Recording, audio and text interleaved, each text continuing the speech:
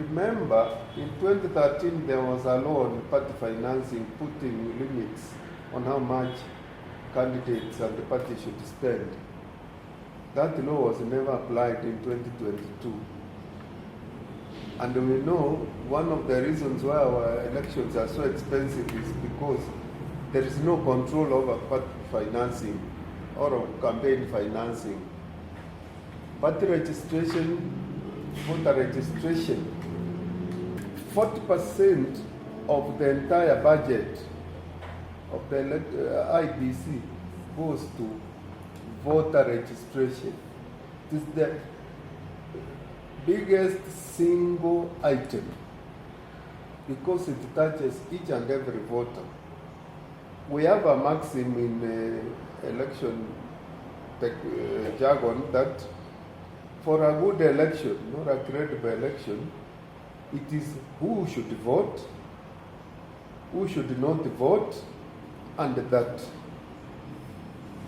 the loser accepts the results. If you have those three pillars, it's like you have had a good election. You get only the people who qualify to vote, they vote. Those who don't qualify, the people who are underage, foreigners who are not citizens, then that's no good election. But if you exclude the people who should vote, and finally, once the election is done, whoever, the loser, accepts the result and says, maybe I didn't do very well in my campaign, next time I will do better, that is a good election. Those are the simplest ways of assessing a good election. Now,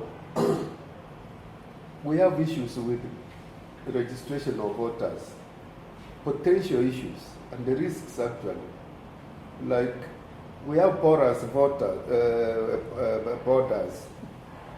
When the colonialists drew our borders, they preferred straight lines.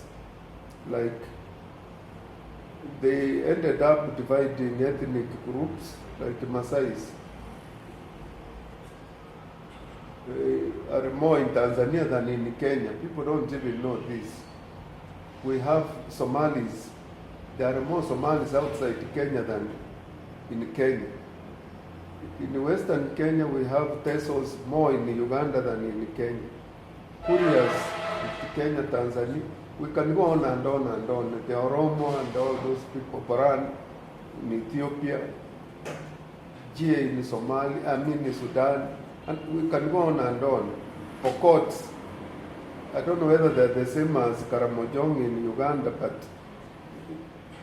you don't seem to notice the big difference.